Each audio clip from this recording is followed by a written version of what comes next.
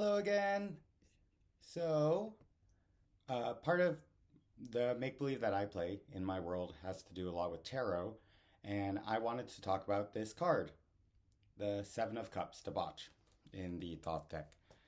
And as I'm gaining a new perspective on my life, I realized that a lot of the ways that I viewed experiences before are transforming. I talked about removal, transforming, and transcendence. And so I still use tarot cards. It's still a way that like I interact with the world. It's part of my belief system, and it really brings a lot of value to my life. And the Seven of Swords is one of those cards where it pops up, and you think to yourself, a reason why it's there, a way to face it or push it away, or just like, oh yeah, I'm going to kind of ignore that. And I see that in myself, and I see that for a lot of other people who I've given readings to. But this idea of transformation, right? Like I talked about how in the last video I did, I went through really difficult times, but those really difficult times led me to greater levels of realization. And so I got that card yesterday, and it often means like in the traditional sense, like you have all these choices in front of you. There's an illusory aspect to it. These choices often aren't good. It's called debauch. So you're like basking in the negativity. Like I would see that card. I mean, like, oh, I'm gonna have a weekend of heavy drinking or partying, or not like focused on the valuable things that like deep down I knew were valuable. I would suddenly make all these other choices in front of me valuable. Um, and so the idea of removal, transforming, and transcending is kind of this new approach that I'm having to life based on a lot of the Vajrayana teachings. Removal is obvious. If you're, using your phone too much, or if you're drinking too much, you just kind of remove those things from your life.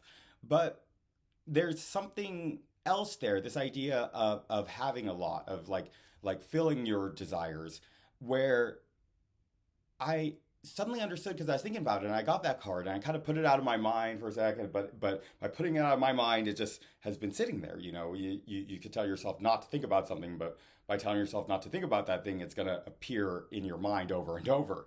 And so I've been thinking about it, and it helped me to see that, well, if I take all these choices, because I'm understanding that like if I start to believe too much in the external world, that I'll get confused about like who I am and what I want and who I want to be, and that's really starting to live in the internal space.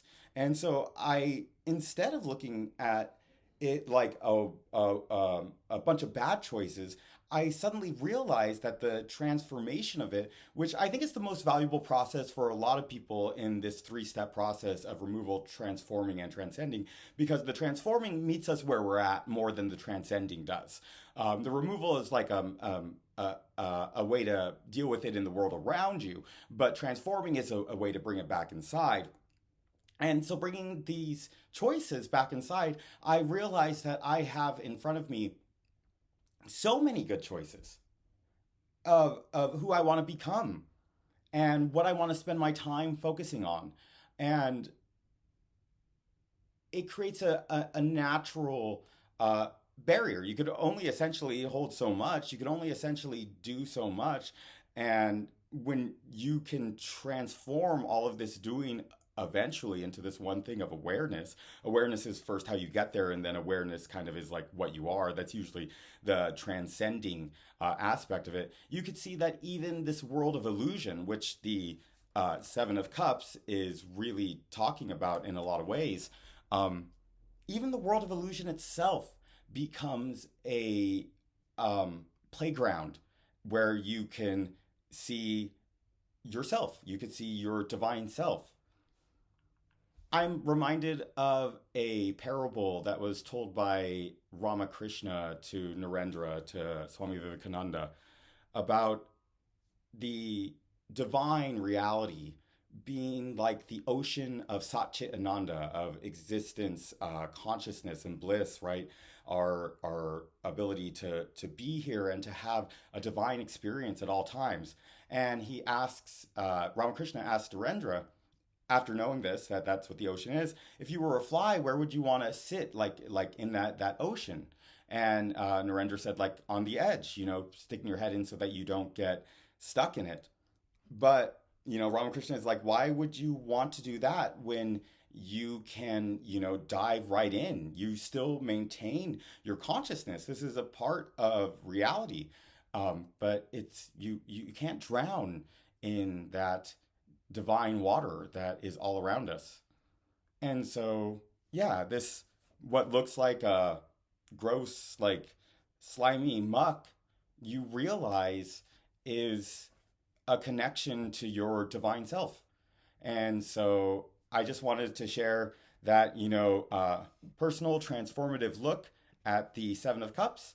Like I said, shorter videos, successful at least here. So I will talk to whoever's watching this again soon. Thanks. Love you. Bye.